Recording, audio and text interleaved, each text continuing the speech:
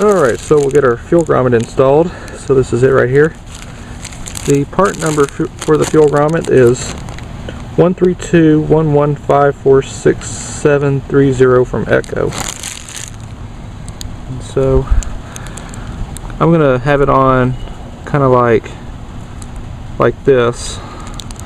Have this hole right here for the fuel vent line, this one for the return, and then that one there for the main line.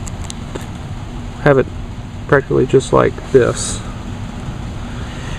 And I find it's easier to install these grommets without no fuel lines on them already. So basically just push it in.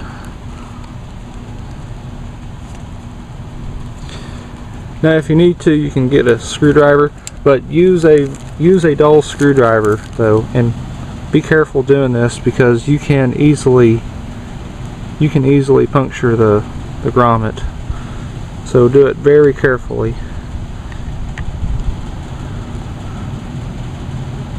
So just go very gentle, and at the same time just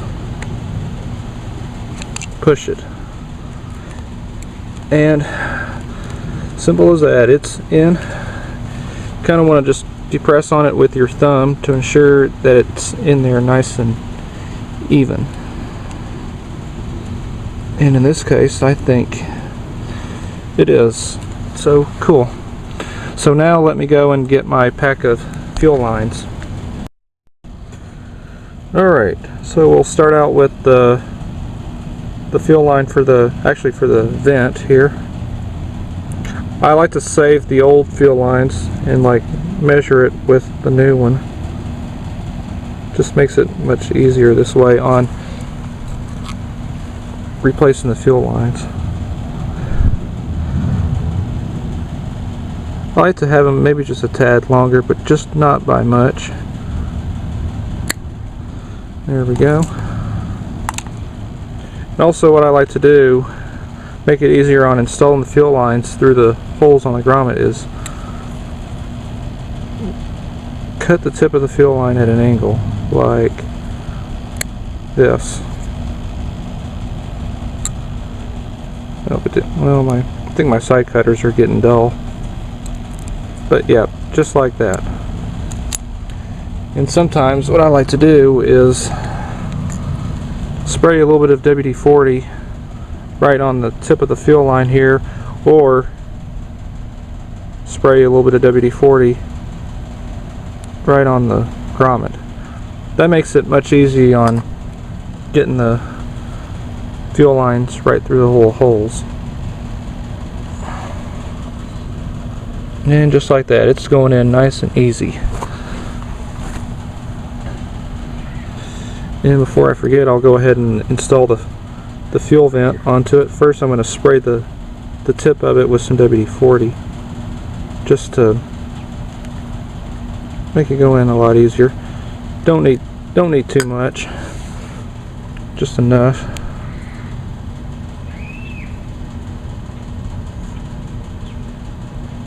Just push it as far as you can, and then just put the vent right through its little pocket right there from where it goes, and just like that. Alright, so now for the main line, which I already have cut it. Now I couldn't get an actual measurement from the old original one because it had, part of it had actually broke off when I tried to take it off. So if you're not too sure, usually 9 times out of 10, usually a little bit around 7 inches is usually long enough, all you need.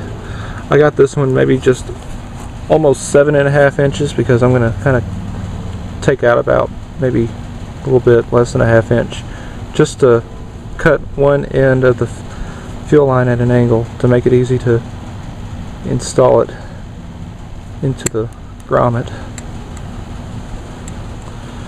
So once again, cut it at an angle and insert it into the hole here on the left.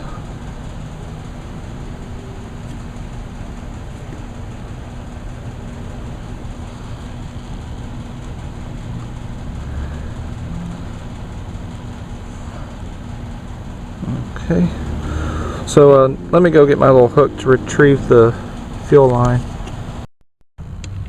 Alright, so once you've pushed in enough, now you can be able to just kind of pull some of it out. Okay.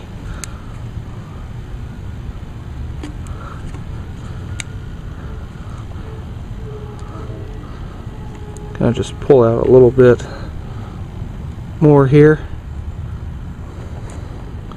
Okay, I think just enough right here. Now I can. Where's my? Here we go. Now I can just cut this straight.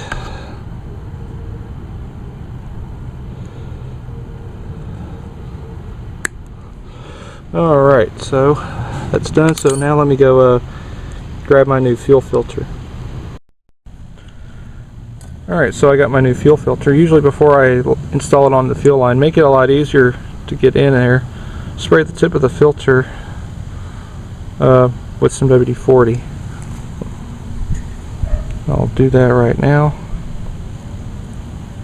That should be good. And don't forget this little ring here. That would go right on here to help secure the filter onto the fuel line.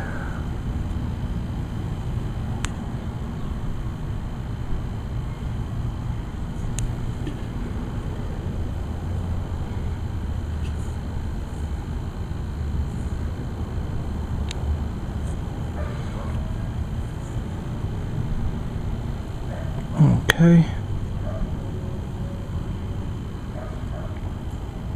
Alright, so that is in. And so now, just drop it down inside the tank. And then now, finally, for the primer line. Okay, so now for the line for the primer.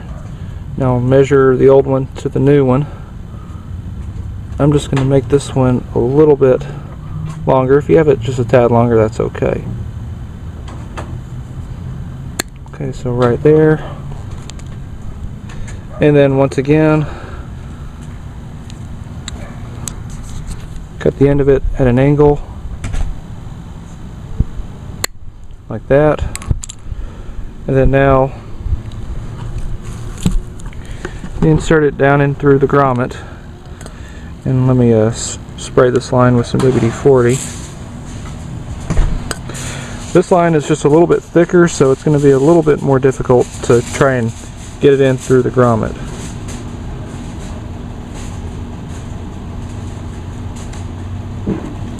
Okay, so that one's in there. So now let me go and grab the carburetor and get it installed. Before you put your carburetor on, just make sure that you don't lose this intake gasket. Sometimes they do tend to fall off. So just don't forget to put that on before you put your carburetor on. Okay, so now we got our carburetor. So it all goes in just like this.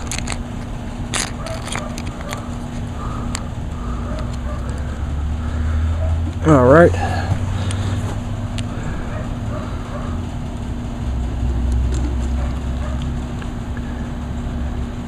So while I'm at it, if I can try to do this, I'll go ahead and get our throttle installed here.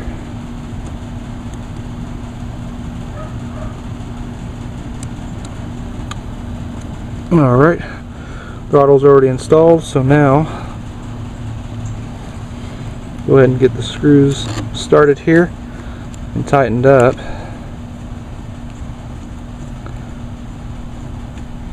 Okay, once you've got the screws all started here, go ahead and just tighten them up evenly, so that way the carburetor goes on evenly,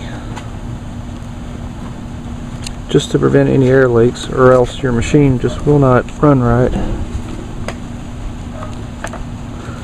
And once again, just don't over tighten it, because you are screwing it into plastic, because that intake manifold is is plastic, and you could easily strip them.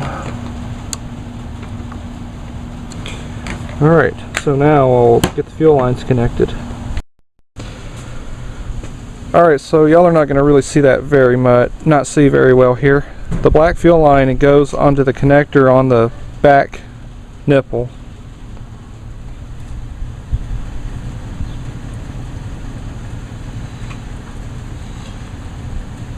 Might be kind of hard to put on there. Sometimes what you want to do is spray some WD-40 on those nipples on the carburetor. Just makes it easy to slide the fuel lines on. And I'll do that. Alright.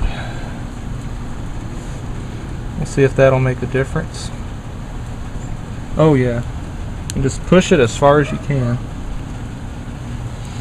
And then the primer line goes on to this nipple here,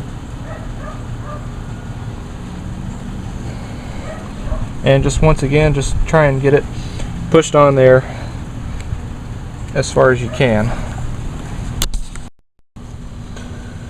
Alright, so fuel lines are all connected here. So I'm going to put a new spark plug in this trimmer, and it's a NGK BPM R7A. Make sure that the gap is set at 26/1000 of an inch.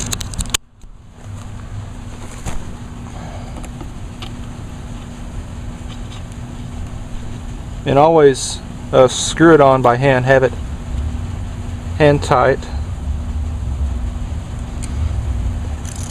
And then take your 3/4 inch deep socket and tighten it up.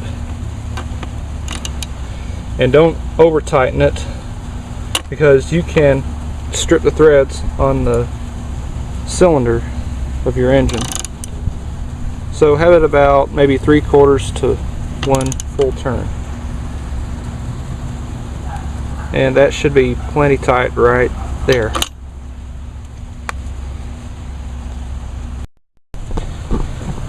And finally, take your new air filter, just goes in like that. Put your air cleaner cover on. I already got the new choke label put on.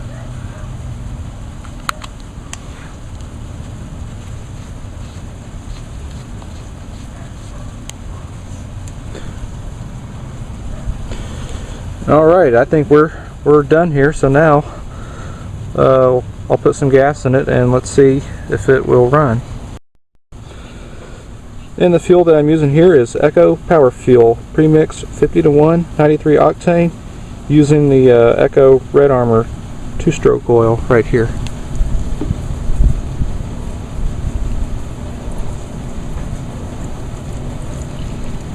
These are definitely good fuels. They have a 2-year shelf life.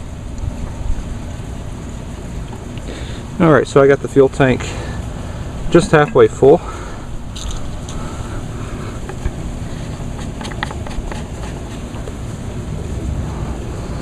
Alright, let's see what this thing will do. Alright, let's see what it'll do. So, switch on, choke, and let's give it some primes. Alright, there we go. Pumping gas into the carburetor.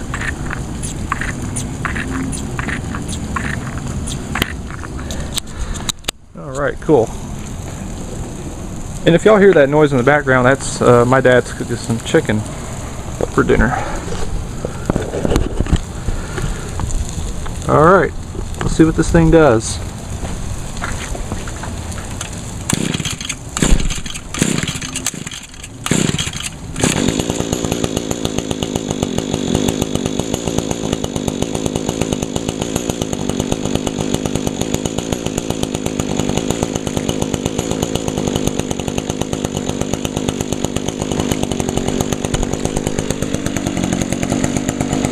Wow, just like that. Runs a lot better now.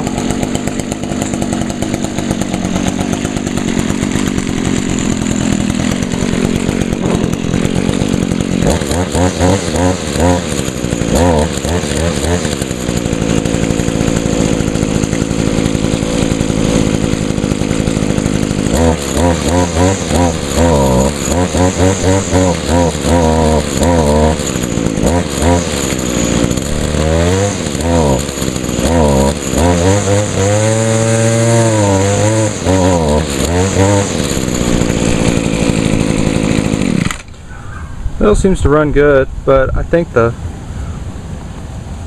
carburetor needs some adjusting. The high-speed screw just needs to be adjusted a little bit. So it looks like I'll need to pull the caps off.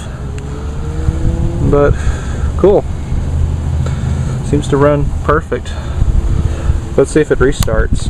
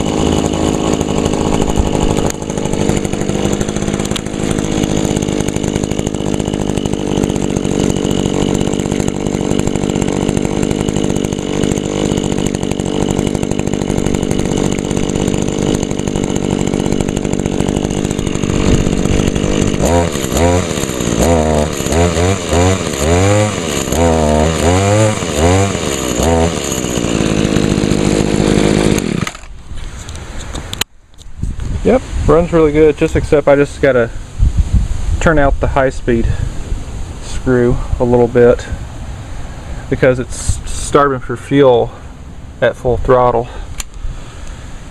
So, cool.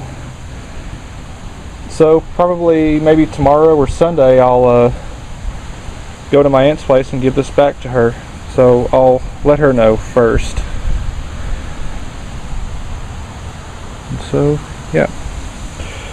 So I hope y'all enjoyed this video, and so thanks for watching.